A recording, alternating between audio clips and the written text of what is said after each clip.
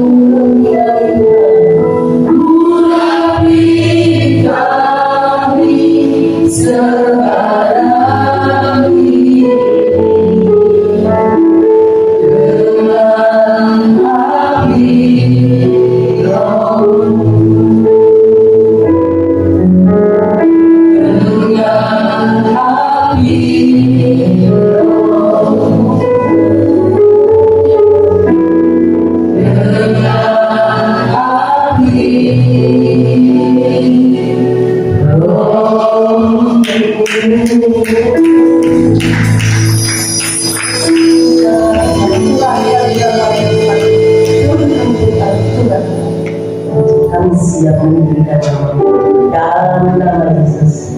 Amin. Mau bersuka cita Tuhan kita? Amin. Yuk pagi-pagi kita tinggikan Tuhan kita. Haleluya.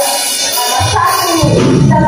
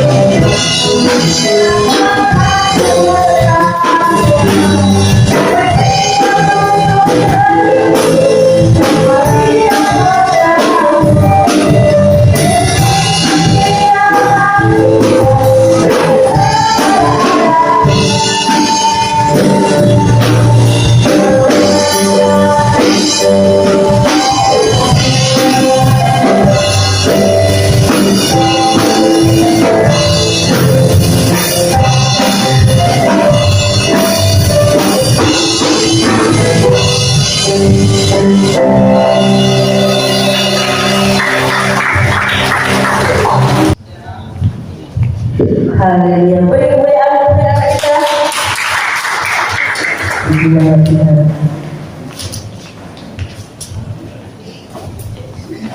Kita akan siapkan hati kita untuk mendengar firman Tuhan. Karena kita tahu Yesus adalah penolong yang setia dan selalu menolong dalam setiap kehidupan kita.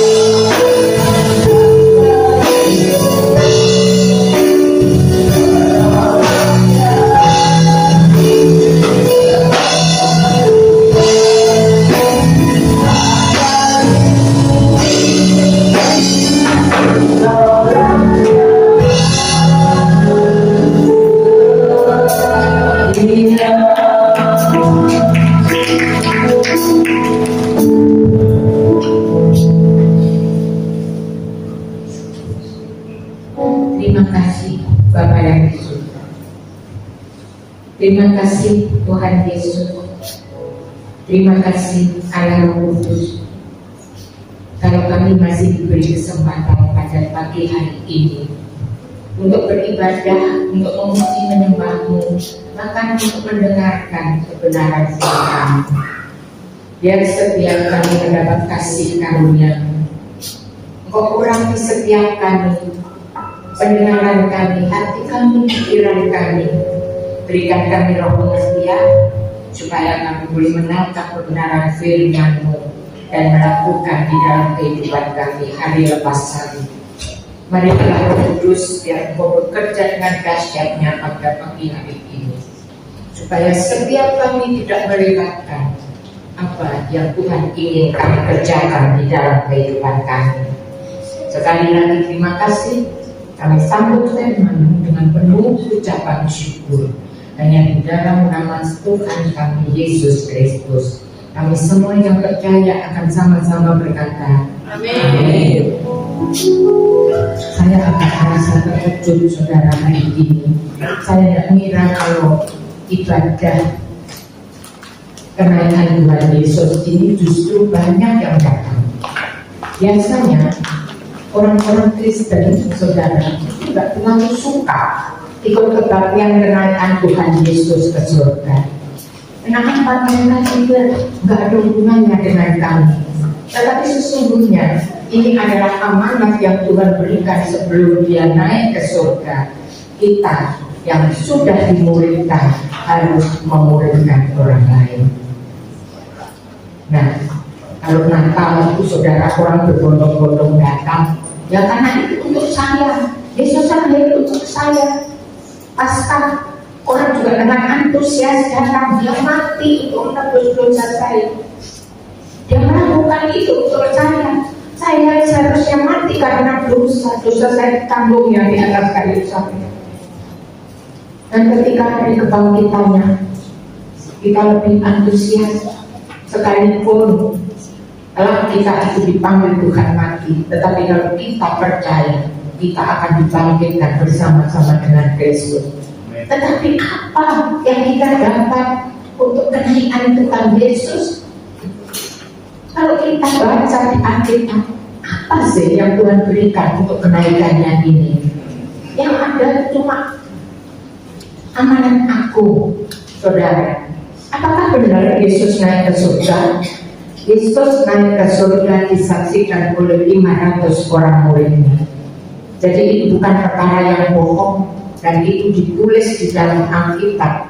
Saudara dan saya orang yang percaya harus mempercayai Alkitab bahwa itu sungguh terjadi dan itu sudah terjadi, dan kedatangannya yang kedua kali itu pun akan terjadi. Supaya apa? Supaya saudara dan saya bersiap-siap berjaga-jaga menjadi pelaku firman untuk melakukan apa yang Tuhan ingin kerjakan di dalam kehidupan kita. Kita akan baca dari Matius 28 ayat 16 sampai ayat ke-20.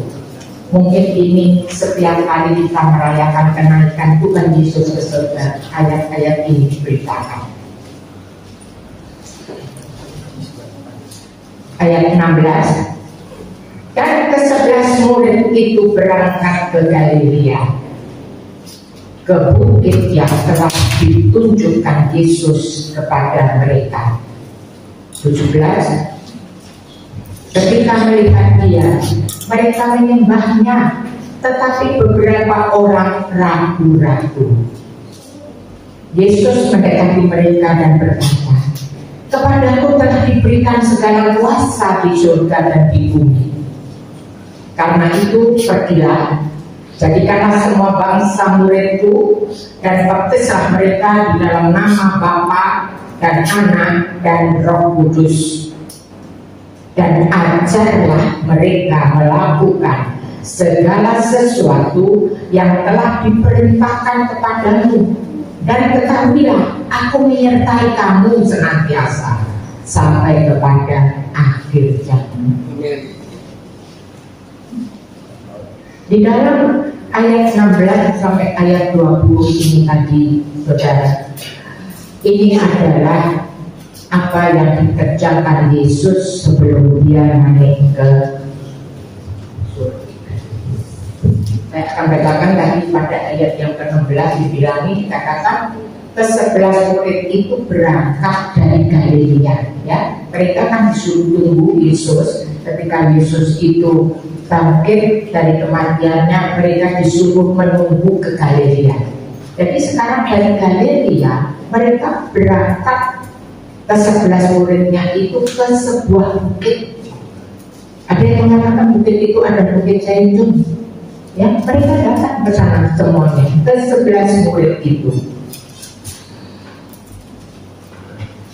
kepada Yesus, ya. Jadi mereka bersama-sama pergi kepada Yesus di atas bukit. Ada yang percaya, tetapi dan mereka yang percaya itu menyembah Yesus, tetapi ada yang ragu-ragu. Saudara, tidak semua orang Kristen itu percaya pada Yesus. Mungkin KTP-mu itu KTP Kristen, tetapi hatimu itu tidak percaya akan apa yang sudah diperbuat Yesus untuk kita di atas kayu salib. Apa yang sudah dia kerjakan untuk kita. Pengajaran apa yang sudah diberikan kepada kita. Hal-hal apa yang dia lakukan untuk saudara dan saya. Pemrosesan apa yang sudah kita alami. Dan kekuatan apa yang Tuhan sudah berikan kepada kita. Kita pasti gak percaya. Kita seperti Thomas, saudara. Kita minta bukti kalau memang Engkau Tuhan, ya aku boleh mengulurkan tanganku dan masukkan jariku ke lubang tempat kopi, ke lubang di tanganmu, dan memasukkan tanganmu di lubang yang ada di pinggangmu. Itu Thomas. Percaya itu melihat dulu. Tapi Tuhan Yesus mengajarkan bukan percaya itu karena melihat, percaya itu karena iman, saudara. Kalau kita cuma sekedar percaya karena lihat buktinya, bukan percaya karena kita melihat. Tetapi iman bukan karena kita melihat, tetapi iman adalah satu hal di mana kita percaya sekalipun apa yang terjadi tanpa melihat. Sekarang saya mau bertanya, firman ini mengatakan ada yang percaya dan menyembah Yesus dengan sungguh-sungguh, tetapi juga ada yang ragu-ragu. Cek hatimu, cek dirimu. Apakah kita percaya kalau Yesus sudah berbuat sesuatu di dalam masalah, di dalam urusan kita, di dalam rumah tangga kita, di dalam segala sesuatu yang sekarang kita jalani? Apakah kita percaya kalau dia sudah melakukan sesuatu mujizat, ataukah kita percaya dengan sungguh-sungguh, dengan iman bahwa dia tidak pernah meninggalkan saudara dan saya? Hari ini Tuhan beri setiap jemaat yang ada di tempat ini, ayo kita cek hati kita masing-masing. Ayo kita cek, jangan percaya asal ada di KTP saja Kristen, tetapi hidupmu ambil. Dan kemudian dikatakan ayat 17, ketika melihat dia, mereka menyembahnya, tetapi berapa orang ragu-ragu. Yesus mendekati mereka dan berkata, kepadaku telah diberikan segala kuasa di surga dan di bumi. Saya akan membagi 3 hal di dalam Injil 20, Matius 28 ayat 16 yang sampai 20. Yang pertama itu adalah deklarasi pernyataan Yesus. Yang kedua, saudara, itu adalah amanat atau misi. Dan yang ketiga itu adalah janji atau garansi. Hal yang pertama yang Tuhan katakan dalam ayat 18, kepadaku telah diberikan segala kuasa di surga dan di bumi. Tidak ada orang yang berani mengatakan ini. Baik itu nabi-nabi, baik itu pemuka-pemuka agama, gak ada, saudara. Satu hal yang saya temukan di Matius 28, ini adalah satu pernyataan yang luar biasa. Ini bukan pernyataan sembarangan, menyatakan dia itu adalah penguasa ya, baik yang ada di langit maupun yang ada di bumi, seluruh alam semesta ini ada di dalam kuasa. Siapa yang menyatakan deklarasi ini? Yang menyatakan itu Yesus, saudara. Deklarasi itu apa sih? Deklarasi itu pernyataan, baik itu ditulis maupun tidak ditulis. Saudara tahu ketika tahun 45 itu pemuda-pemuda sedang semangat, kemudian mereka menurunkan bendera yang ada di Hotel Mojopahit, bendera Belanda, disobeknya warna biru tinggal merah putih, dan mereka berkata, sekali merdeka tetap merdeka. Itu deklarasi. Ini juga deklarasi, kepadaku telah diberikan kuasa, baik yang di langit maupun di bumi, dan yang berani mengatakan itu adalah Yesus, tidak ada yang lain. Perjanjian baru adalah penggenapan dari perjanjian lama. Apa ada itu di perjanjian lama? Ada. Waktu Musa disuruh oleh Tuhan untuk membebaskan Israel dari perbudakan di Mesir, itu saudara bisa baca ya, nanti di Kejadian Keluaran 3 ayat 3. Kalau kita berikan saja Keluaran 3 ayat 13 dan 14.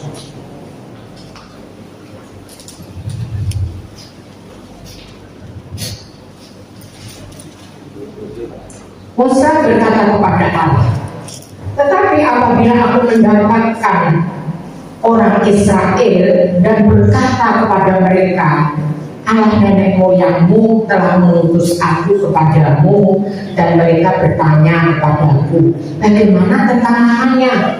Apakah yang harus aku jawab kepada mereka? Firman Allah kepada Musa, aku adalah aku. Lagi firman-Nya, beginilah kau katakan kepada orang Israel itu, akulah aku, telah mengutus aku kepadamu. Ini orang Israel dalam pembuangan, ketika mereka berteriak-teriak, ketika mereka kerja roti merasa tidak sanggup, saudara. Mereka berteriak-teriak dan Tuhan dengar teriakan mereka dalam keadaan kesulitan. Mereka berteriak dan Tuhan dengar penderitaan mereka. Mereka bisa beribadah, kerja hanya untuk apa? Untuk mendapatkan makanan. Mereka diperbudak oleh pekerjaan, dan mereka berteriak kepada Tuhan, dan Tuhan dengar. Tuhan mengutus Musa, disuruh pergi ke Mesir untuk apa? Membawa umatnya itu keluar dari Mesir ke tempat yang Tuhan janjikan, satu tanah yang luas di mana ada susu dan madu, dan mereka boleh menikmati ibadah. Itu yang Tuhan akan berikan kepada mereka. Tetapi dasar mereka itu adalah jiwanya itu adalah jiwa budak, saudara. Jadi ketika mereka mendapatkan janji-janji itu, mereka pun tidak 100% percaya. Untuk percaya itu, saudara harus sungguh-sungguh mendisiplinkan diri setiap hari cari Tuhan. Apapun yang terjadi, tetap percaya. Tuhan bilang, ini deklarasi, bilang sama Musa. Kalau mereka tanya, siapa yang mau urus mereka? Engkau bilang, aku adalah aku. Aku yang mengutus. Siapakah aku? Adalah aku. Aku adalah aku, itu ada huruf besar semua, YHWH, FY, Asher, FY. Aku adalah aku. Dia adalah Yehovah. Dia adalah Tuhan yang disembah oleh Abraham, Ishak, dan Yakub. Musa harus memberitakan ini deklarasi, saudara, kepada orang-orang yang belum mengenal, yang sudah mengenal Tuhan tetapi jauh dari Tuhan. Deklarasi ini sama dengan yang ada di Matius 28 ayat 18 yang dikatakan, aku adalah penguasa langit dan bumi. Kalau ini memberi deklarasi ini seperti ini, kira-kira apakah kita tidak akan melakukan? Apakah kita tidak akan mempercayai Dia yang memberikan deklarasi? Kalau Yesus yang memberikan deklarasi itu kepada murid-muridnya, tadi dikatakan 11 murid-muridnya, bahkan yang melihat Dia naik ke surga itu ada 500 orang murid-muridnya. Mereka di kitab Kisah Para Rasul 1. Apakah kita tidak mempercayai Dia? Dia adalah penguasa langit dan bumi. Kurang apa, saudara? Sekarang tidak jauh-jauh, di Indonesia saja. Kepala pemerintahan kita yang tertinggi adalah Bapak Presiden Jokowi. Ketika Bapak Presiden Jokowi memberikan perintah, ya, ada yang paling berkuasa, saudara, memberikan perintah kepada Menteri Sosial atau kepada KPU, mereka nurut apa enggak? Mereka harus nurut, saudara, karena dia adalah pemimpin yang tertinggi di negeri ini. Dan dengan jelas Tuhan Yesus berkata, aku adalah penguasa di langit dan di bumi. Artinya seluruh dunia ini ada di dalam kuasaku. Ini yang pertama, deklarasi, pernyataan. Dan apa Yesus memberikan deklarasi dulu? Supaya murid-muridnya itu tahu ketika Dia menjadi penguasa atas dunia ini, atas langit dan bumi, tidak ada yang lebih daripada Dia. Mau tidak mau, murid-muridnya harus dengar, harus menerimanya, dan harus mengerjakannya. Yang kedua, kita akan lihat ayat 19 dikatakan apa tadi? Karena itu pergilah, jadikanlah semua bangsa itu muridku, dan perintah mereka dalam nama Bapa, Anak, dan Roh Kudus. Ini amanat, misi. Saudara mungkin itu, kalau gitu misinya ini kan cuma untuk 11 muridnya itu, dan 15 dan yang lain-lain sampai 500 itu bukan buat kami. Anda sangat keliru. Ketika Anda percaya kepada Yesus, maka kita adalah anak-anak Allah, bukan sekedar murid saja, saudara.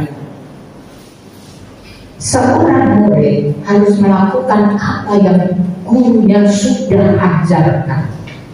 Nanti lihat, saudara dan saya ini murid apa enggak, itu nanti kita akan lihat. Karena itu pergilah. Pergilah itu artinya apa, saudara? Pergilah itu artinya berjalan, bergerak, aktif. Untuk apa? Untuk memberitakan bahwa Tuhan Yesus yang saudara dan saya sembah itu adalah penguasa langit dan bumi, dan kita harus menuruti segala apa yang difirmankan. Ini bukan hal gampang, tetapi ini adalah amanat, ini adalah misi, ini adalah perintah. Pergilah, jangan di rumah terus. Saudara, saya ingat ada seorang, saya ini diikutkan di grup gembala, saudara ya, di GBI. Itu ada seorang gembala yang sungguh luar biasa, suka masak laki-laki, saudara. Dia pergi ke pasar, dia video, kemudian dia ngomong gini, satu kesempatan untuk saya ketemu orang dan saya bersaksi tentang Yesus di pasar, saudara. Ketika dia beli minuman, saudara, dia tepuk orang itu, dia katakan, Pak, sampai kok isu gak dodolan apa-apa, saya sakit di pasar, saudara. Kamu mau tak doakan ya Pak ya? Tak doakan di dalam nama Tuhanku Yesus Kristus, dia sanggup. Karena aku dulu juga sakit berat, masuk rumah sakit, tapi karena Tuhan Yesusku yang menjamah aku, Pak, aku jadi sembuh. Oh gini-gini, kalau mau boten bayar di boten. Di pasar, saudara, saya sampai bilang, saya sampai merasa kecil seperti ini, saudara. Saya belum berani melakukan itu. Tapi Bapak ini luar biasa. Dia nggak peduli orang itu, dia akan bertobat tidak bertobat, pokoknya dia sudah bersaksi, dia mendoakan dalam nama Tuhan Yesus, dan dia percaya dia akan doakan terus di rumah sampai Roh Kudus akan menjamahnya dan membuat Bapak ini percaya. Biar memang kita ini sekarang ini lebih suka yang aman-aman, saudara, ya, nggak seperti apa yang Tuhan katakan di dalam amanatnya. Pergilah untuk aku, jadikan semua bangsa itu muridku. Gak usah pilih-pilih, saudara. Kalau mau jadikan semua bangsa itu murid Tuhan Yesus, jangan lihat kulit warnanya apa, jangan lihat kamu ini orang kaya atau orang miskin, jangan lihat kamu ini orang yang diberkati atau orang yang masih di bawah kemiskinan. Jangan lihat itu. Tuhan tidak pernah kasih batasan. Jadikanlah semua bangsa muridku. Menjadikan semua bangsa muridku, kita disuruh pergi. Kita jangan di rumah saja, bersaksi kepada tetangga, jangan merumpi, saudara. Bicarakan kosmetik, bicarakan kredit yang sudah untuk beli barang-barang. Bersaksi. Pak Andre ini loh, saya akan memuji dia, benar tidak? Tetapi dia nggak bisa, suruh bawa firman nggak bisa, ya. Tetapi dia bersaksi di mana saja dia bersaksi. Bagaimana Tuhan mengangkat kita, Biloseo di bawah nol sampai sekarang seperti ini. Itu karena kasih karunia. Dia bersaksi, Tuhan itu baik, Tuhan itu luar biasa baik, Tuhan itu sangat baik. Yang terutama bukan karena saya diangkat dari bawah sampai naik ke sini, tetapi jiwa saya diselamatkan. Di mana saja, saudara. Pijet yang bersaksi, sama tukang pijet, sama tukang ojek ngomong-ngomong yang bersaksi, sama tukang ojek. Ketemu teman lama yang belum sungguh-sungguh dalam Tuhan, dia juga bersaksi. Ketemu sama famili apalagi dia bersaksi. Bahwa Tuhan itu baik, sudah menyelamatkan jiwanya. Dan itu sangat penting. Tidak ada keselamatan kecuali di dalam Yesus Kristus. Jadikan semua bangsa itu muridku. Murid itu, saudara, bukan seperti sekarang.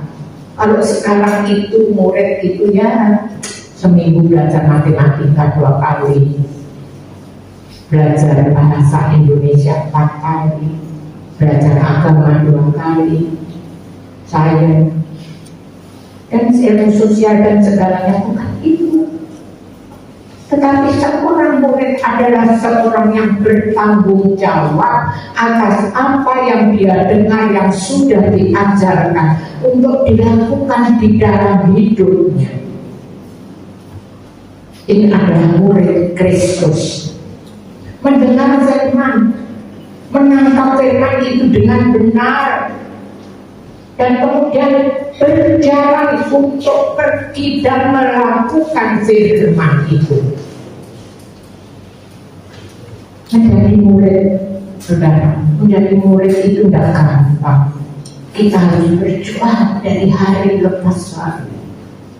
Dimuridkan mau dengar firman dan melakukan harus. Amanat agung ini tidak bisa dikerjakan, saudara, kalau saudara dan saya belum menjadi murid Kristus yang sungguh-sungguh. Apa yang akan kita ajarkan, apa yang akan kita beritakan, apa yang akan kita saksikan mengenai kebaikan, kemurahan, cinta kasih Tuhan Yesus di dalam hidupmu.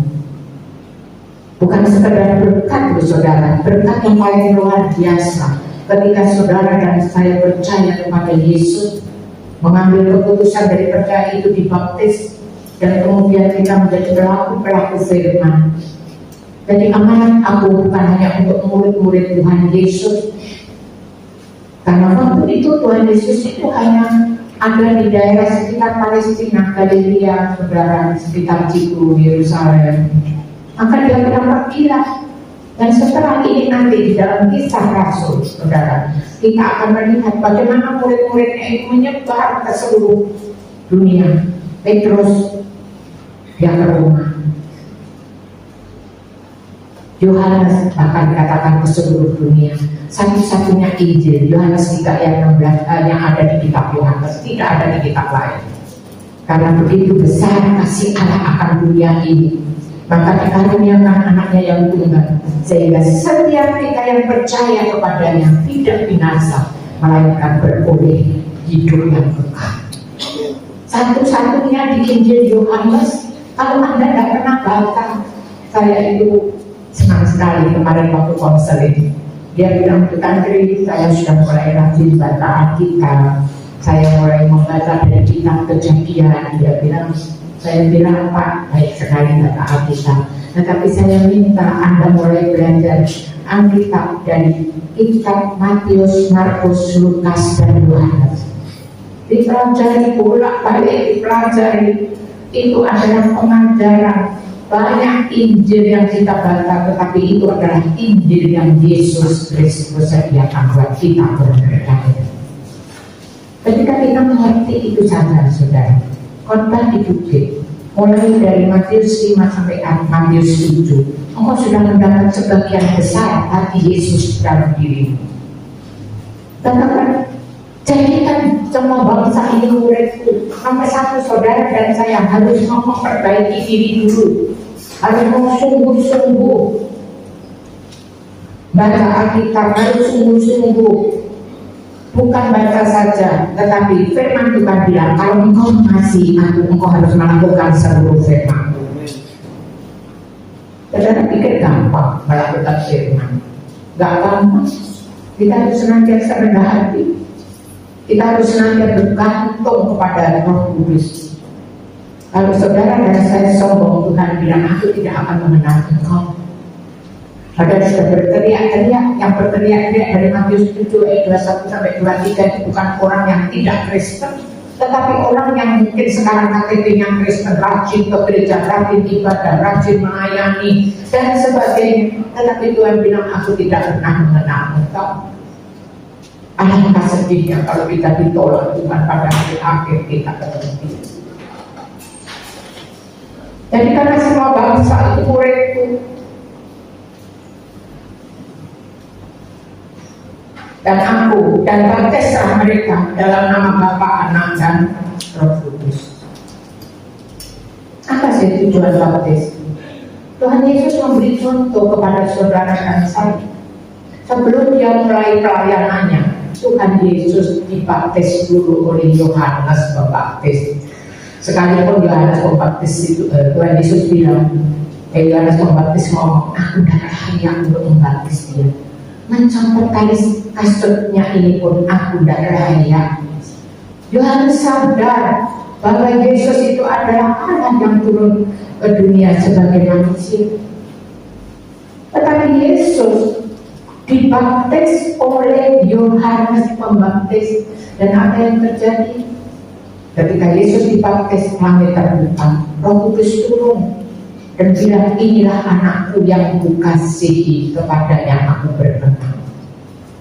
Dibaptis di dalam air dan dibaptis oleh Roh Kudus. Yesus baru mulai pelayanannya. Banyak kita ini ambaradul, saudara. Belum dibaptis, belum menyatakan bahwa kamu itu sungguh percaya kepada Yesus. Kita ambil bagian di dalam pelayanan. Makanya satu hari, saudara, ada seorang saudara kita yang sudah mengambil pelayanan di sini, saudara. Tetapi tiba-tiba dia jatuh dan dia meninggalkan Tuhan Yesus. Saya sempat ngomong-ngomong sama Bapak Robert, saudara tahu ya, Bapak Robert Anwardo yang meninggal karena COVID. Saya ngomong, Pak, saya tidak ngira orang ini sudah kelihatannya ya Pak, ya sudah sungguh-sungguh ya Pak, ya di dalam Tuhan, sudah melayani Tuhan, ya Ya sungguh-sungguh kalau ngomong tentang Tuhan itu kita aja mungkin merasa kecil, kok dia pengetahuannya begitu luar biasa. Tetapi kenapa ya? Kok tiba-tiba dia meninggalkan imannya kepada Yesus Kristus dan beriman kepada ilah yang lain, kepada Allah yang lain. Bapak Kompel itu ngomong sama saya, ngomong gitu, almarhum beliau ya, Bu, sister, kalau manggil saya sister, kita omongin ya, orang itu dibaptis, tetapi orang itu belum bertobat.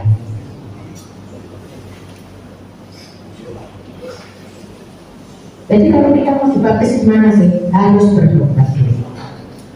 Bertobat itu gimana? Sadar kalau kita ini berdosa.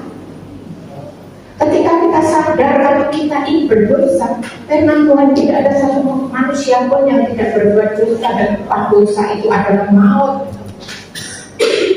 Hanya karena kasih karunia Tuhan engkau diselamatkan oleh pengorbanan Kristus yang ada di kayu salib.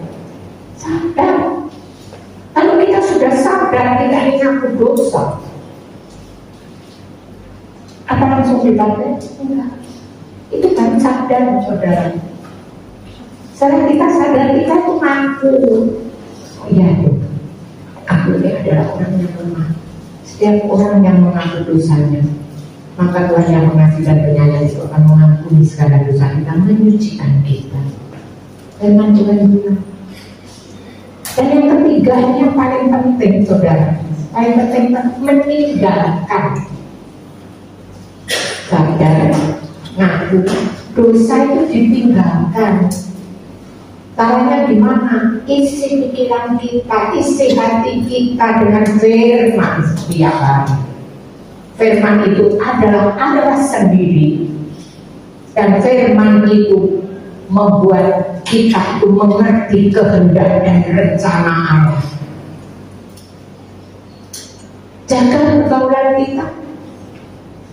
Itu sekarang orang itu saudara gampang, saudara itu pembantu saya dia yang pulang itu, dia itu ngomong, saya tanya, Mbak, kenapa suami muda kerja kok kamu nyarikan biaya untuk dia pergi ke Malaysia? Wah, saudara, suaminya itu bohong, saya tahu ini loh gak bisa dibohong. Pada akhirnya saudara saya tanya, Anda itu kenal suami Anda di mana, Mbak? Instagram dulu, kenapa Instagram itu gimana dia? Saya kenal dia itu di sana. Kemudian kita WA-WA-an dan kemudian menikah. Gampangnya saudara. Pesan ya untuk anak-anak remaja di tempat ini. Jangan melakukan untuk ibu-ibu di tempat ini yang senangnya lihat statusnya orang di mana itu saya tidak tahu, saya tidak pernah buka. Hati-hati, itu jebakan iblis, saudara.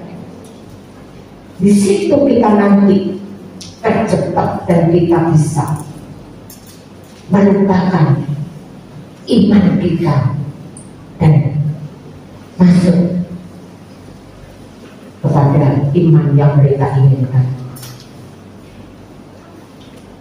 Jadi setelah kita itu sadar, kita mengaku, kita meninggalkan dosa kita percaya kepada siapa? Percaya kepada Tuhan Yesus, bahwa Dia adalah Tuhan, bahwa tidak ada nama lain di bumi ini diberikan kecuali nama-Nya, di mana kita diberi diselamatkan itu hanya di dalam nama Tuhan Yesus. Dan setelah itu kita menerima karunia. Ini penting. Kenapa kita harus dibaptis? Supaya lewat baptis ini sungguh-sungguh saudara kita akan lihat apa sih artinya baptis itu. Coba saya lihat dari Roma 6 ayat 1 sampai 4.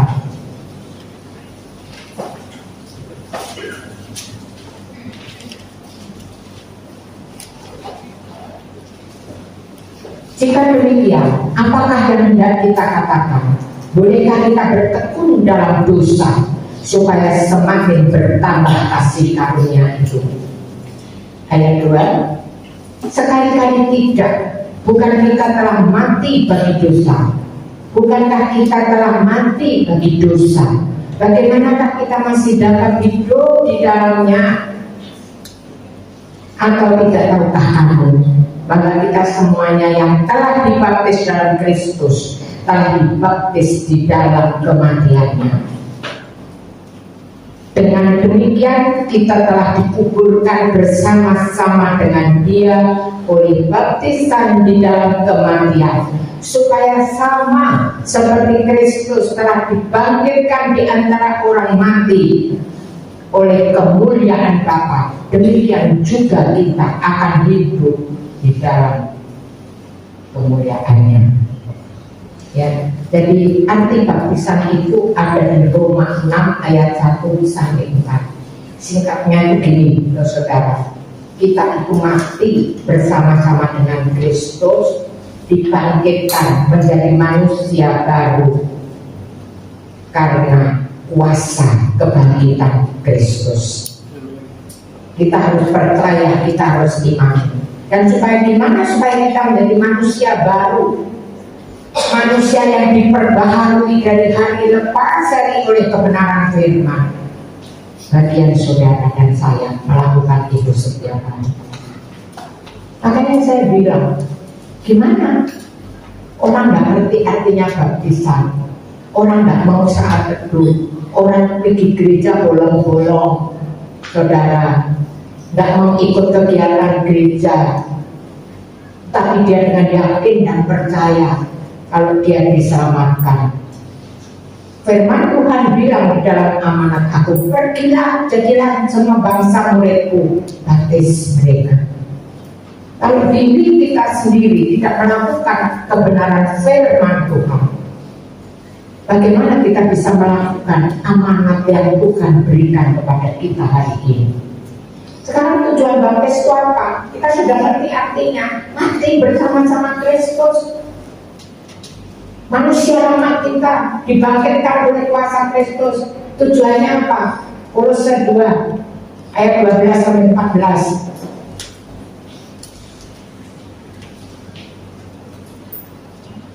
Kolose 2, tolong itu ditayangkan. Kolose 2 ayat 12 sampai ayat 14. Karena dengan Dia kamu dikuburkan dalam baptisan, dan di dalam Dia kamu turut dibangkitkan juga oleh kepercayaanmu kepada kerja kuasa Allah yang telah membangkitkan Dia di antara orang mati. 13. Kamu juga meskipun dulu mati dari pelanggaranmu, dan karena tidak disunat secara lahiriah, telah dihidupkan Allah bersama-sama dengan Dia, sesudah Dia mengampuni segala pelanggaran kita. 14. Dengan menghapuskan surat hutang yang oleh ketentuan-ketentuan hukum mendakwa dan mengancam kita, dan itu ditiadakannya dengan memakukannya pada kayu salib. Tadi ada tujuannya. Saudara bilang kepada semua manusia, bahkan kepada setan sekalipun, kalau aku ini adalah orang yang sudah dihapuskan surat hutangku oleh karena Kristus yang disalibkan di atas kayu salib, yang mati buat aku dan kemudian bangkit dari kematiannya, dan kuasa kebangkitan itu diberikan kepadaku. Sehingga pada akhirnya gimana saudara? Saudara menjadi orang-orang yang memiliki anugerah dari Tuhan. Yaitu apa saudara? Dikatakan bahwa kita itu menjadi orang-orang yang mewarisi berkat-berkat Abraham. Tadi ada tujuan yang bilang kepada semua manusia, kepada setan, surat hutangku sudah lunas, sudah dibayar Kristus di atas kayu salib. Mungkin saudara dan saya dulu waktu kita mau baptis, kita nggak ngerti karena tidak diceritakan dengan panjang lebar. Pokoknya gitu aja lah, nggak apa-apa, percaya beriman baptis. Kita harus mengerti arti tujuan pertobatan. supaya jangan di tengah-tengah kehidupan kita sebagai orang Kristen kemudian kita itu balelo saudara belok. Karena apa? Kita tidak sanggup lagi menghadapi dunia ini. Tapi gampangnya. Karena itu pergilah, jadikanlah semua bangsa muridku, baptislah mereka di dalam nama Bapa, Putra dan Roh Kudus, dan ajarilah mereka apa? Semua yang telah kuajarkan kepadamu. Ajari, Tuhan Yesus ngomong. Jadi sebelum menginjil kita tuh harus ngerti. Menjadikan semua bangsa murid itu tidak gampang, saudara. Apalagi masa-masa sekarang. Ini bukan masa yang gampang. Teman saya di Depok loh, saudara, mau kontrak rumah. Yang punya rumah ngomong, Anda beli kontrak rumah saya kan surat perjanjian di atas materai 10.000, bahwa Anda tidak akan mengadakan kegiatan agama di rumah saya. Teman saya itu bilang, itu zamannya wis makin sulit. Artinya kita itu harus arif, harus bijaksana ketika Tuhan mengutus kita. Jangan sembarangan, saudara. Penginjilan yang paling efektif Tuhan saudara tahu, bukan di amanat agung saja. Coba kita lihat Matius 22 ayat 37 sampai 39. Matius 22 ayat 37 sampai 39. Ini adalah hukum kasih. Dikatakan apa? Jawab Yesus kepadanya, kasihlah Tuhan Allahmu dengan segenap hatimu, dengan segenap jiwamu, dan dengan segenap akal budimu. 38, itulah hukum terutama dan yang pertama. Yang kedua, saudara, hukum kedua. Dan hukum yang kedua yang sama dengan itu ialah kasihilah sesamamu manusia seperti dirimu sendiri. Ini gak gampang, saudara. Jadi kalau kita menginjil harus Matius 22 37 sampai 39 itu ikut serta di dalam penginjilan kita. Dasarnya adalah kasih. Kita kasih kepada jiwa-jiwa yang belum diselamatkan oleh Tuhan. Kita mengasihi mereka. Jangan memaksa, mengasihi, mendoakan saja. Kalau tidak mau, tidak apa-apa. Doakan di rumah, sebut namanya setiap hari.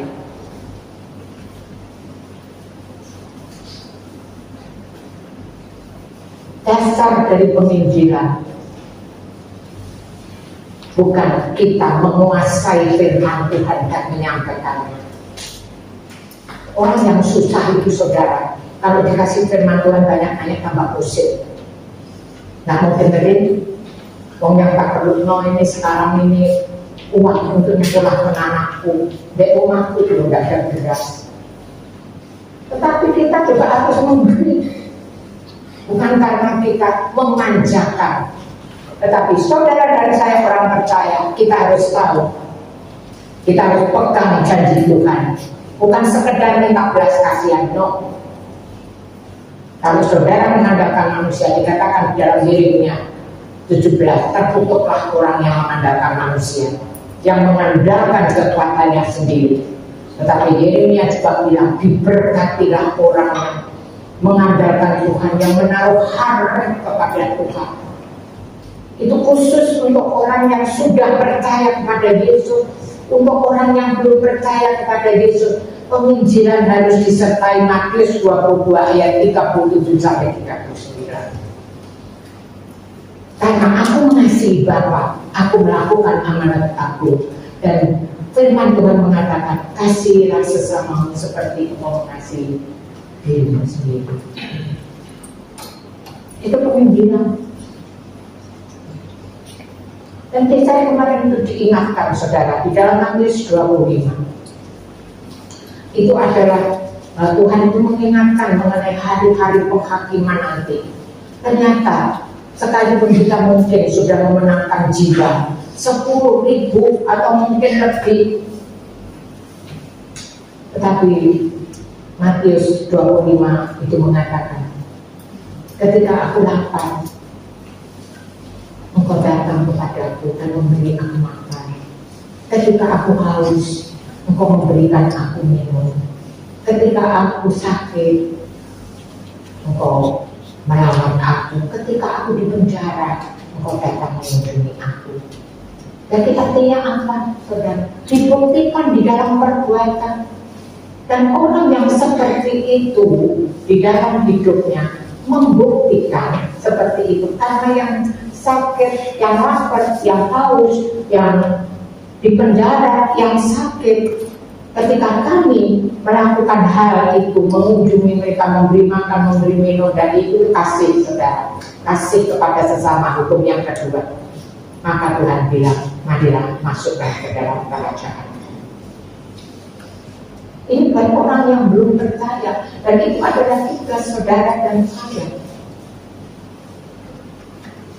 Saudara mungkin aku aja orang kekurangan dulu. Bagaimana aku bisa menunjukkan kasihku dengan memberi mereka? Bahkan salah, saudara. Ketika kita dalam kekurangan, ketika kita lihat orang berduka, kita datang kepada dia, kita bilang, aku akan mendoakan kamu. Aku sepenanggungan dengan apa yang engkau alami. Dan kemudian mulailah, aku dulu juga seperti kamu. Tetapi sekarang, sekalipun aku dalam keadaan yang pas-pasan, aku kuat di dalam kuat-kuasan.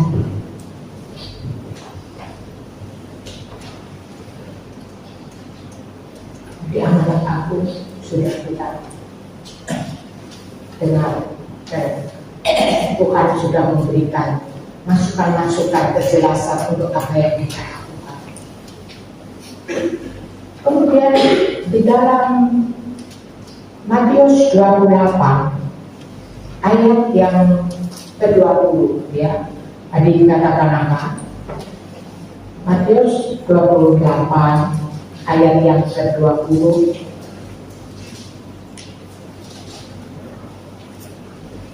Kalau ditampilkan,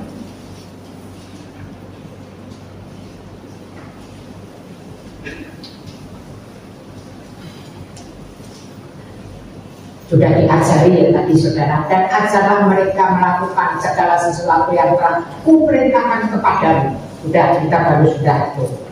Dan ketahuilah, ya, aku menyertai kamu senantiasa sampai akhir. Aku menyertai kamu senantiasa. Dikasih garis bawah, saudara, senantiasa. Sampai kapan? Sampai akhir zaman. Ini janji garansi dari Tuhan bahwa Dia menyertai saudara dan saya sampai akhir zaman.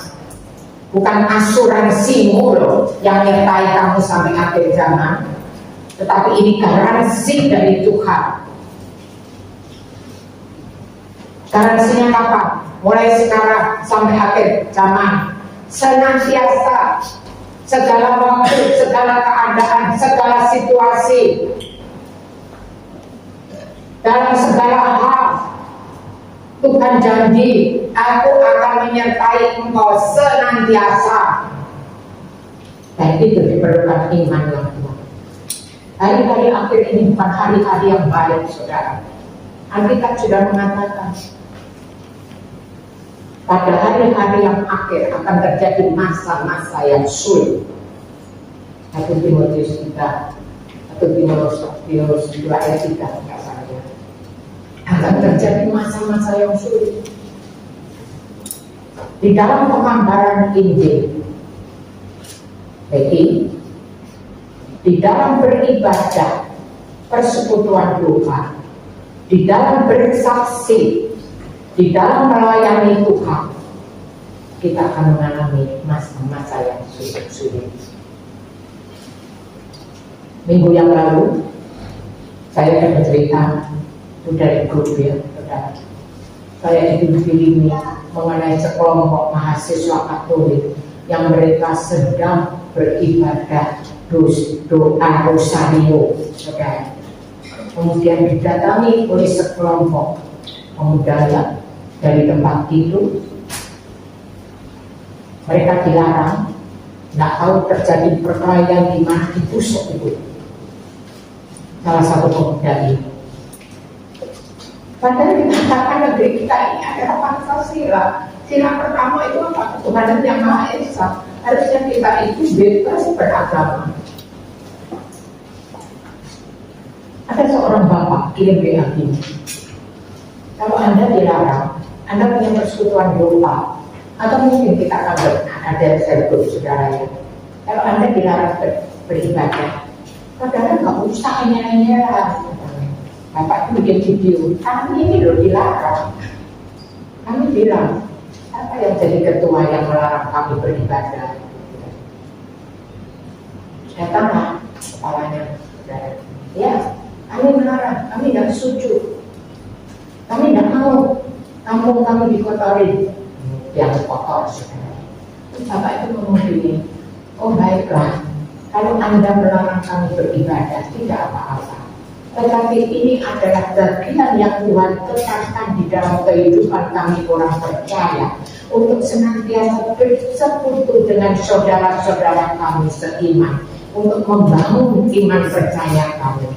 Bahkan orang-orang yang belum beriman yang datang di sini bersama-sama kami untuk beribadah, itu adalah kasih karunia Tuhan. Wah, kami nggak boleh, kami akan bubar sekarang.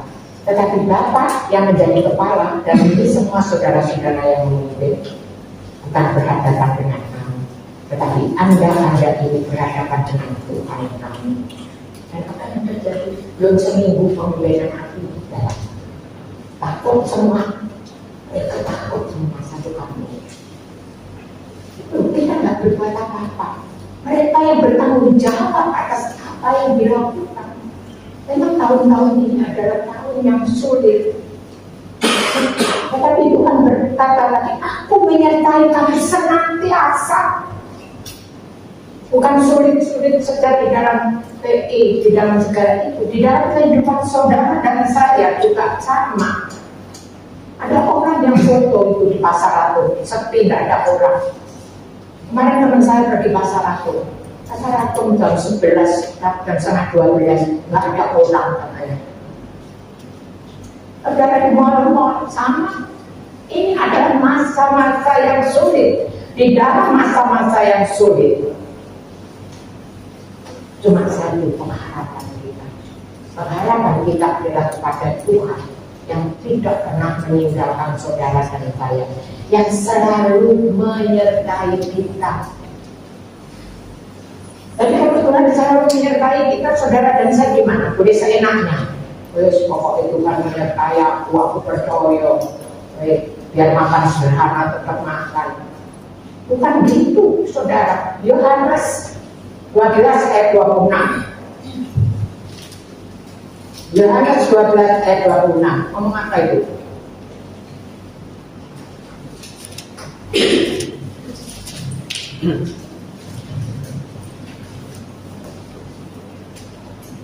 Barang siapa melayani aku, ia harus mengikut aku. Dan di mana aku berada, di situ pun pelayanku akan berada. Barang siapa melayani aku, ia akan dihormati oleh Bapa.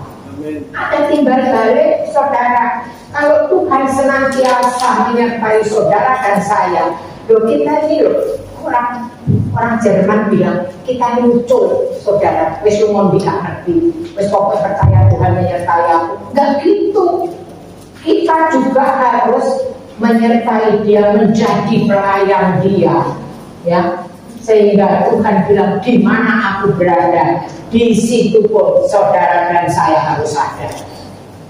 Ada timbal balik, saudara. Dan untuk timbal balik itu nggak gampang. Ada syarat-syarat yang saudara dan saya harus kerjakan untuk mengikut Yesus, melayani Yesus. Syarat pertama itu sangkal diri. Biar Tuhan yang makin besar dan aku makin kecil. Bukan itu kehendakku Bapa, tetapi biar kehendakmu yang jadi. Sangka diri, jangan sombong saudara. Jangan pernah ngomong, wah gereja ini kalau mati gak iso. Apa saudara lebih dari Tuhan? Hati-hati loh. Kita itu suka menyepelekan Tuhan. Kita merasa kita berjasa. Kita merasa kita itu wah. Kita merasa kita itu sanggup melakukan tanpa pimpinan Roh Kudus. Saudara salah besar kalau punya pikiran seperti itu. Sangka diri aku ini bukan apa-apa di hadapan Tuhan. Hanya karena kasih karunia Engkau memakai aku. Engkau menjadikan aku alam di tanganmu. Berikan hatiku seperti hatimu ya Bapa. Hati yang mengasihi Engkau. Hati yang melakukan tanpa pamrih. Hati yang tidak egois. Hati yang senantiasa penuh dengan sukacita damai sejahtera di dalam melayani pekerjaanmu. Supaya nama Tuhan dipermuliakan. Kemuliaan Tuhan dinyatakan di dalam kehidupan kami. Bergereja, beribadah bersama-sama.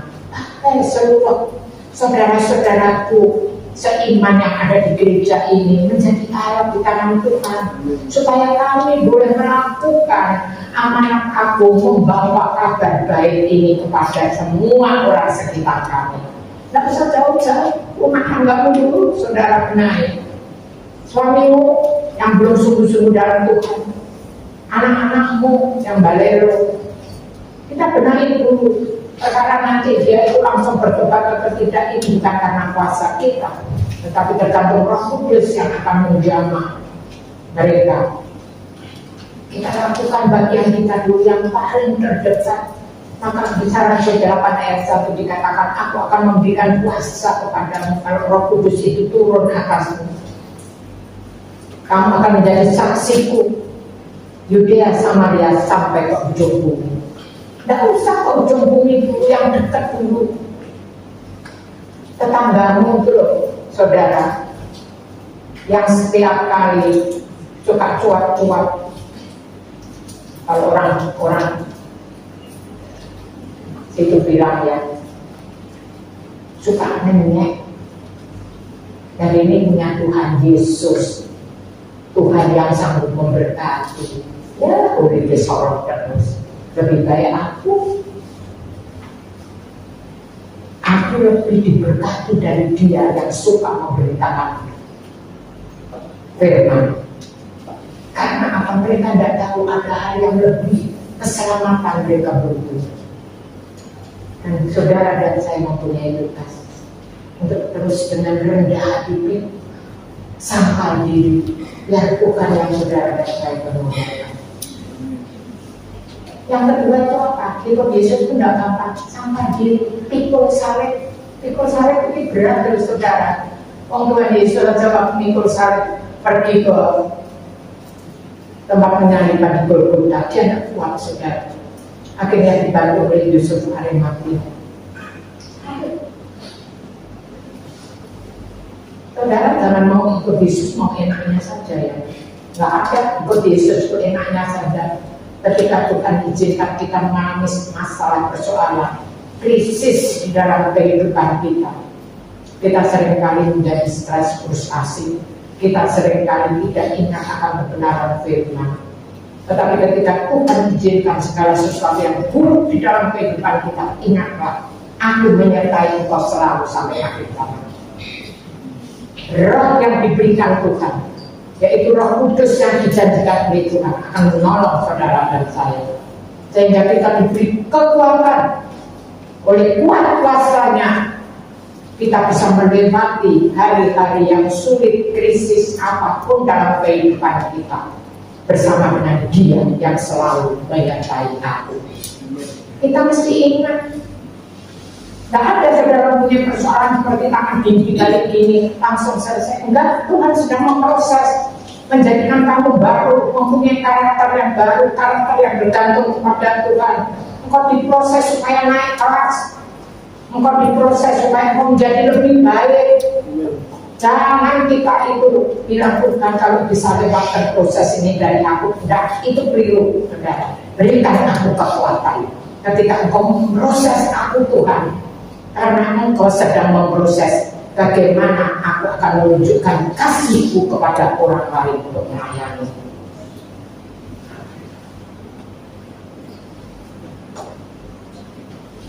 Ikut Yesus harus alami proses supaya dia makin besar dan kita makin kecil, bukan kehendakku tapi kehendakmu. Yang kedua apa, saudara? Tadi yang pertama sama diri, yang kedua ikut saya. Jadi jangan mau enaknya saja, tetapi juga kita itu mau tidak enaknya. Kemarin saya beli babi, Bapak Andri itu pengen dimasakkan itu apa namanya, iga dimasak garam asam, saudara. Saya terlambat belinya, sudah katanya orangnya itu yang bagus sudah habis tuh, katanya. Ini tinggal yang habis nggak apa-apa, pokoknya kan mau sudah janji mau bikinkan saya akan buat. Terus ada juga barengan saya itu datang dua orang ibu tadi, dia bilang gini, iku babi kok lelangan sopot daging babi. Iku apa itu rame? Ibu ini saudara agak saya. Kenapa? Kenapa nggak bisa dimakan? Oh ini mau beli kok cerewet sedang. Saya diam aja, saya berkata. Terus saya bilang, karena ada lebihnya Bu. Kalau ikan babi itu dagingnya itu nanti bisa digosok, itu tidak akan lepas ya, kecuali godoknya itu lama sekali. Dan kita bisa pegang tulangnya itu untuk dimakan. Tidak, tapi ya nggak masuk akal. Karena bukan dagingnya bebas, ya ibu beli dagingnya saja. Banyak dedikan seperti ini. Kita mau dagingnya dan mau tulangnya. Padahal daging dan tulang itu jadi satu. Kalau engkau mau enaknya, engkau juga harus mau penderitaannya. Itu yang Tuhan ajarkan. Jangan mau enaknya terus tapi tidak mau menderita. Tidak ada, saudara. Imanmu tidak akan bertumbuh, pengharapanmu tidak akan makin lebih besar. Karena apa? Karena engkau tidak pernah mau diproses oleh Tuhan. Jadi orang Kristen mau enaknya saja. Jangan sekali-kali minjil bilang, oh, pengkonan bilang aku, yo percaya ke Tuhan Yesus. Lunas, kalau tidak kerja bisa lunas. Dan bisa, saudara, itu kan ajar kok supaya kita itu seperti semut. Itu loh dalam kitab Amsal. Pada waktu musim panas bekerja dan mengumpulkan makanan. Untuk apa? Nanti ketika hujan, ketika dia bisa keluar dari makanan, ada persediaan makanan. Jangan minjil pakai hal-hal yang aneh-aneh. Bersaksi saja bahwa Tuhan itu baik, Tuhan menyelamatkan jiwa saya. Setelah kehidupan ada yang namanya kematian, maka Tuhan berkata, nanti aku datang kembali seperti ketika aku naik ke surga. Seperti itu nanti Tuhan menjemput saudara dan saya. Jadi di dalam Matius 28 ayat 19 yang terakhir tadi bilang gimana?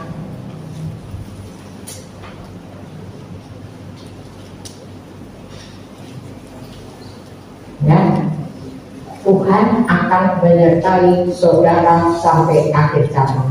Makanya Tuhan Yesus bilang, tunggu aku di mana? Yerusalem. Untuk apa muridnya suruh tunggu saudara di Yerusalem? Karena nanti pada hari Pentakosta mereka akan menerima baptisan Roh Kudus. Dan ketika baptisan Roh Kudus itu datang kepada murid-muridnya, mereka diberi kuasa, keberanian untuk memberitakan kebenaran firman Tuhan. Yudea, Samaria, sampai ke ujung bumi. Saya percaya sekarang fasilitas banyak. Saudara bisa menggunakan fasilitas WA saudara, lewat HP saudara atau lewat internet untuk memberitakan kabar baik kepada grup-grup saudara, kepada teman-teman lama yang tidak pernah ketemu, kepada siapa saja yang Tuhan taruh dalam pikiranmu. Saya percaya ini adalah fasilitas yang luar biasa. Jangan WA itu menyebabkan saudara makin menjauh dari Tuhan. Tetapi dengan WA itu, dengan internet, saudara bisa dipakai Tuhan untuk menjadi saksi-saksi yang hidup untuk kemuliaan Tuhan. Saya punya yang namanya Kai, ya, namanya itu Ramsi.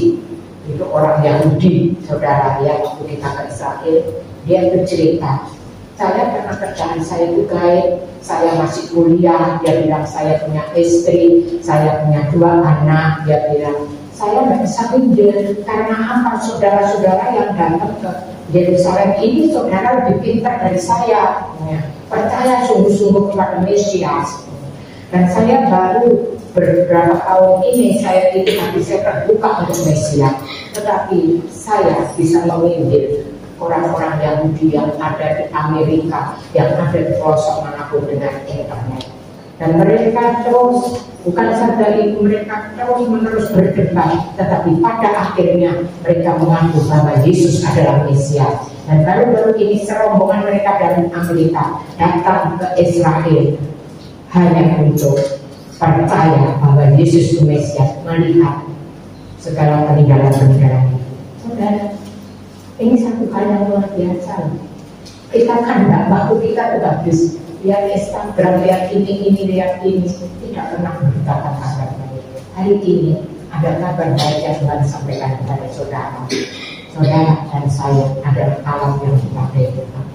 Lewat apa saja di dalam kehidupan kita, asal kita dengan hati yang rendah hati, dengan sungguh-sungguh mau mendengarkan firman Tuhan dan melakukan dalam kehidupan kita, saudara dan saya, semuanya akan dipakai oleh Tuhan. Amin. Mari pemain musik.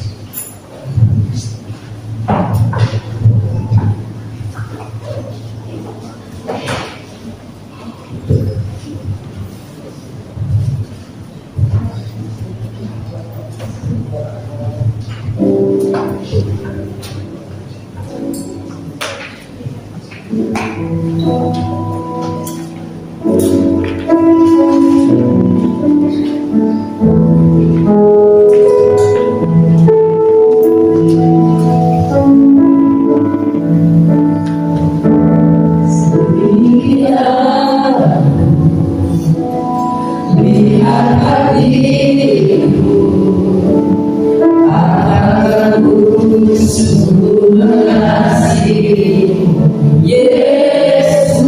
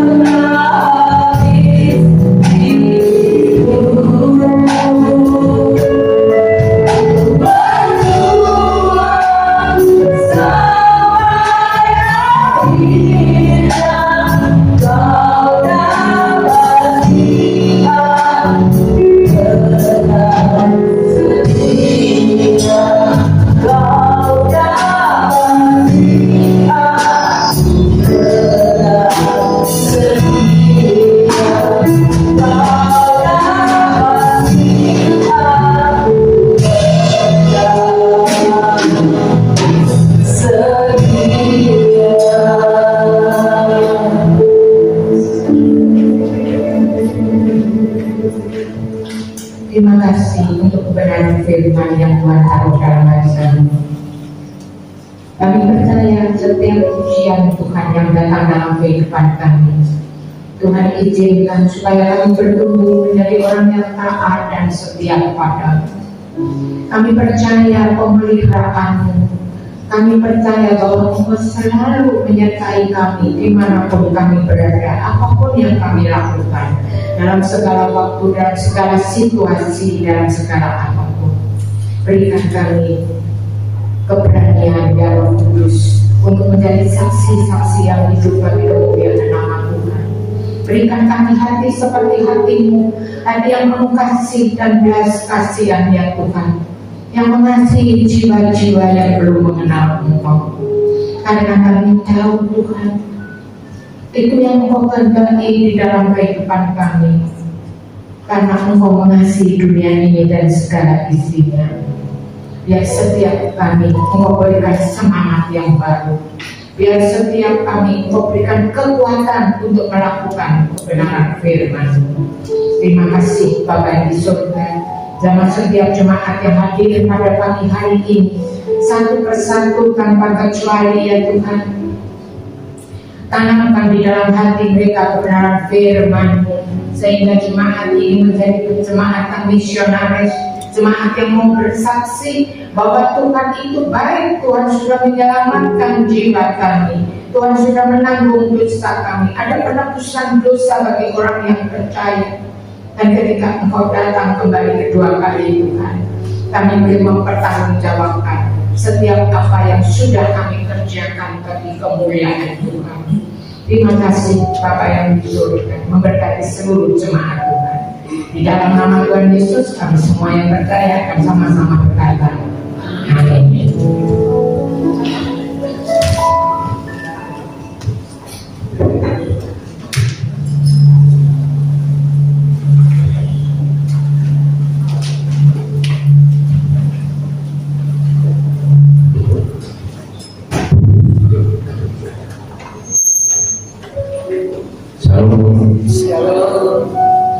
Siapa yang sudah berkati nama Tuhan kepada kalian? Berikan yang kemuliaan Tuhan. Haleluya.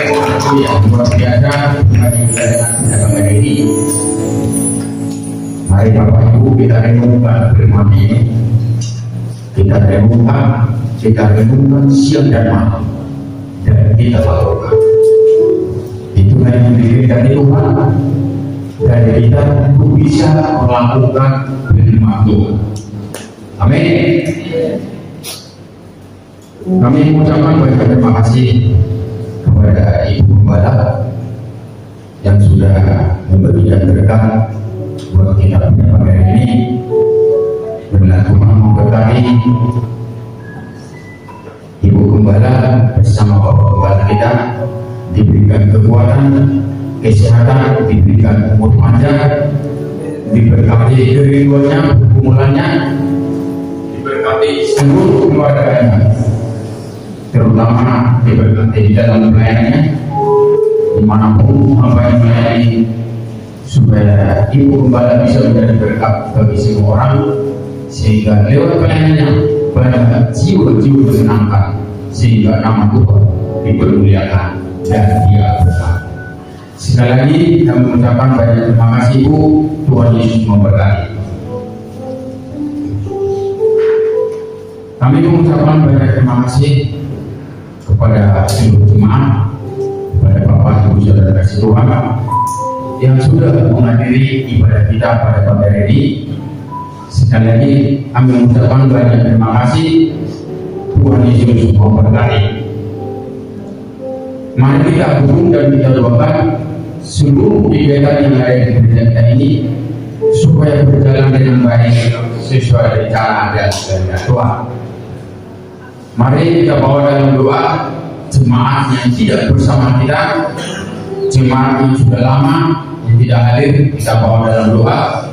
Jemaat yang mengalami sakit, Pak Inem, Bu Irlina, Bu Chandra, Bu Maria, mungkin ada yang lain yang sakit, kita bawa dalam doa supaya sakitnya cepat sembuh, bisa kembali beribadah bersama-sama dengan kita. untuk datang memuji dan memuliakan nama Tuhan. Yang terakhir, kami mengucapkan banyak terima kasih kepada hamba Tuhan yang sudah melayani pada pagi hari ini. Kami mengucapkan banyak terima kasih kepada seluruh musik. Tuhan Yesus memberkati. Begitu juga Bapak Pujian, singer, baik penerima tamu, LCD, siapapun yang terlibat dalam pelayanan pada pagi hari ini, baik yang sudah tunas remaja yang mempersembahkan pujiannya. Kami mengucapkan banyak terima kasih buat pelayanan pada pagi hari ini. Biarlah pelayanan kita semakin hari semakin menyenangkan hati Tuhan. Inilah pengumuman pada pagi hari ini. Mari kita akhiri ibadah kita ini. Mari kita naikkan pujian. Terima kasih Tuhan. Terima kasih Tuhan untuk kasih setiamu yang Ku alami dalam hidupku. Terima kasih Yesus untuk kebaikanmu sepanjang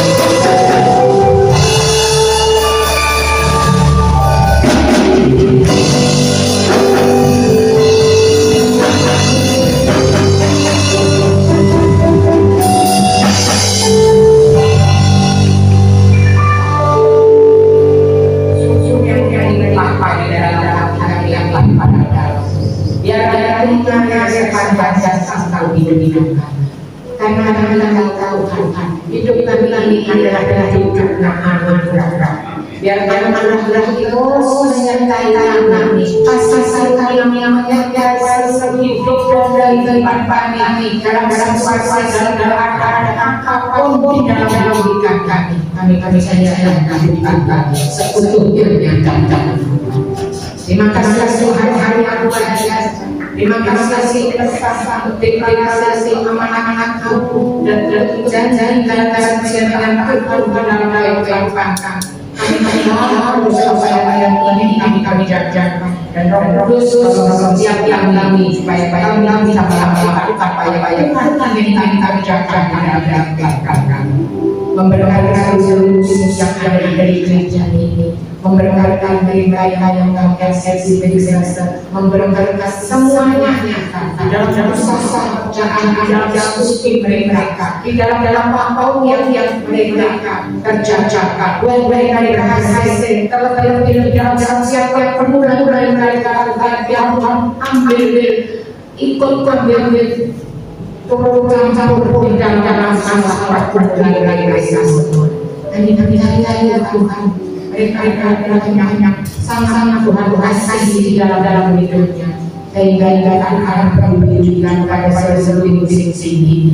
Berikan mereka segala sukacita di surga kami kepada mereka yang kami doa anak-anak suami nasi saja Tuhan berkati mereka biar guru sekolah ini memberikan kasih yang kuat pada anak-anak ini mereka tumbuh menjadi anak yang kuat tidak buat zamannya oleh kalian ini berkali-kali bersama yang mereka tumbuh dari generasi sebagai jaya kami coba berkali-kali untuk seluruh pengajak daya yang tempat ini biar kami melayani perkembangan yang khusus yang terkait dengan cita-cita kami melayani jaya segala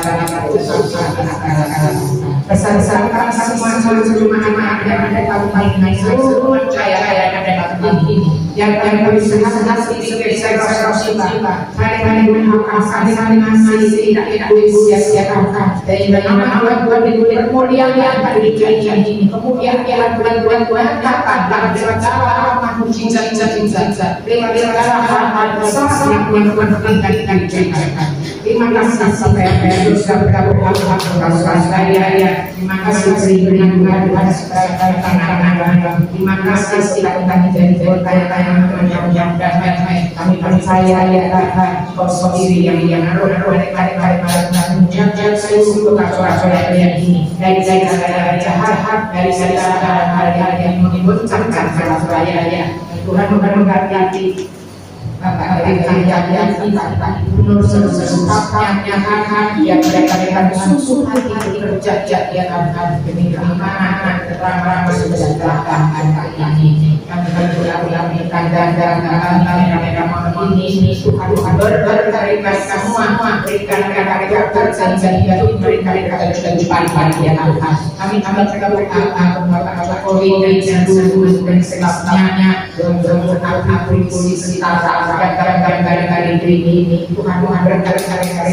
sanggup dari pemerintahnya supaya ya di dalam yang ini semuanya jalan-jalan dengan berjalan dan damai kami menunjukkan juga untuk Bapak Presiden yang baru yang akan memberkati dia memberikan hati yang peduli kepada rakyat Indonesia sehingga ada memerankan diri oleh seluruh rakyat Indonesia sehingga mereka yang berada di gunung-gunung di mana-mana bukan saja saya mereka cuma menikmati kekayaan negeri ini Tuhan kalau dalam memilih menteri yang akan didampinginya supaya ya Tuhan sendiri yang dengan orang-orang yang tekan dan katakan sehingga ada perubahan di negeri yang terima kasih Bapak yang ada di surga kami sama-sama Indonesia yang akan Tuhan berdiri di tengah-tengah Indonesia ini kasih yang akan kau berikan kepada Indonesia kasih yang tak berakhir dulu sekarang sampai selama-lamanya yang akan mengamalkan diri pakai kasih semua berikan kami kemampuan tuntun kemuliaan supaya kami menjadi anak-anak terima kasih Bapak Surga terima kasih Tuhan Yesus biar ikatkan Indonesia ini ya dari Sabang sampai Merauke dari atas sampai bawah itu kita kasih sehingga ada yang koreksi betul-betul anak-anak yang diri yang puasa yang sanggup apa yang dijalankan kalau besar segala hal kami tetap ibadah dan amankan yang memuliakan namanya nama Tuhan muliakan kemuliaan Tuhan mari saudara kita akan terima berkat angkat kedua tanganmu kiranya berkat dari Allah Bapa di dalam nama putranya Yesus Kristus dan persekutuan kita dengan Roh Kudus akan menyertai kita semua mulai sekarang sampai Maranatha kedatangan Tuhan Yesus yang kedua kali. Kami semua yang percaya akan sama-sama berkata Amin.